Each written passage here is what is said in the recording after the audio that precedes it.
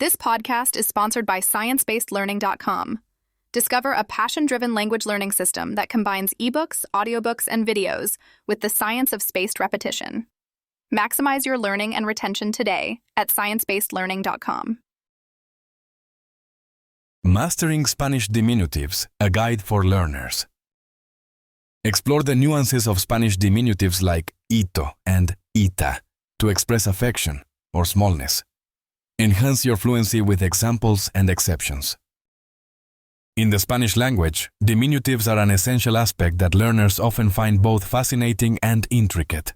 These suffixes, such as ito and ita, serve not only to indicate smallness but also to convey affection or endearment. Understanding how to use these diminutives accurately can significantly enhance your fluency and comprehension of the language. What are diminutives? Diminutives are suffixes added to the end of a noun or an adjective to express smallness or affection. In Spanish, the most common diminutive suffixes are ito and ita. For instance, the word perro, dog, can become perrito, small dog or dear dog, and casa, house, can become casita, small house or dear house. These diminutives can also express familiarity, affection, or even condescension, depending on the context. Forming diminutives. Generally, to form a diminutive in Spanish, you take the root word and add the suffix ito or ita. Here are a few examples. Gato, cat, becomes gatito, kitten or dear cat. Flor, flower, becomes florecita, little flower or dear flower. Pan, bread, becomes panecito, small piece of bread or dear bread. Notice that some words undergo slight changes to accommodate the diminutive suffix. For example, flor becomes florecita instead of florita. This is due to phonetic harmonization, which ensures the word sounds natural and fluid. Exceptions and variations. While the general rule is straightforward, there are exceptions and regional variations to consider. In some Spanish-speaking regions, you might encounter different diminutive forms such as hilo or chilo. For example, pan can also become panecillo in some areas.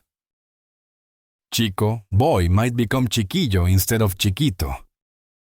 Furthermore, not all words can take a diminutive form naturally. Some words might sound awkward or lose their meaning when a diminutive suffix is added. It is essential to familiarize yourself with common usage patterns and exceptions by listening to native speakers and practicing regularly. Context matters. The meaning of a diminutive can change depending on the context. While casita might mean a small house in one setting, it could convey a sense of warmth and affection in another. Understanding the context is crucial to interpreting the intended meaning correctly.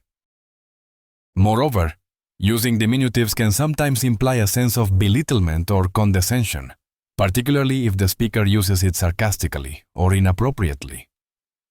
Therefore, it is vital to be sensitive to the nuances of diminutives in conversation.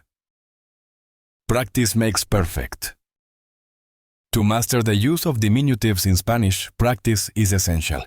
Engage with native speakers, listen to Spanish media, and try forming diminutives from different nouns and adjectives. Over time, you will develop an intuitive understanding of when and how to use these forms effectively. For more insights into Spanish grammar and language learning techniques, visit sciencebased.learning.com. Expand your knowledge and proficiency with our comprehensive resources designed for language learners. Ready to enhance your Spanish skills further? Get your copy of our latest learning materials and continue your journey towards fluency.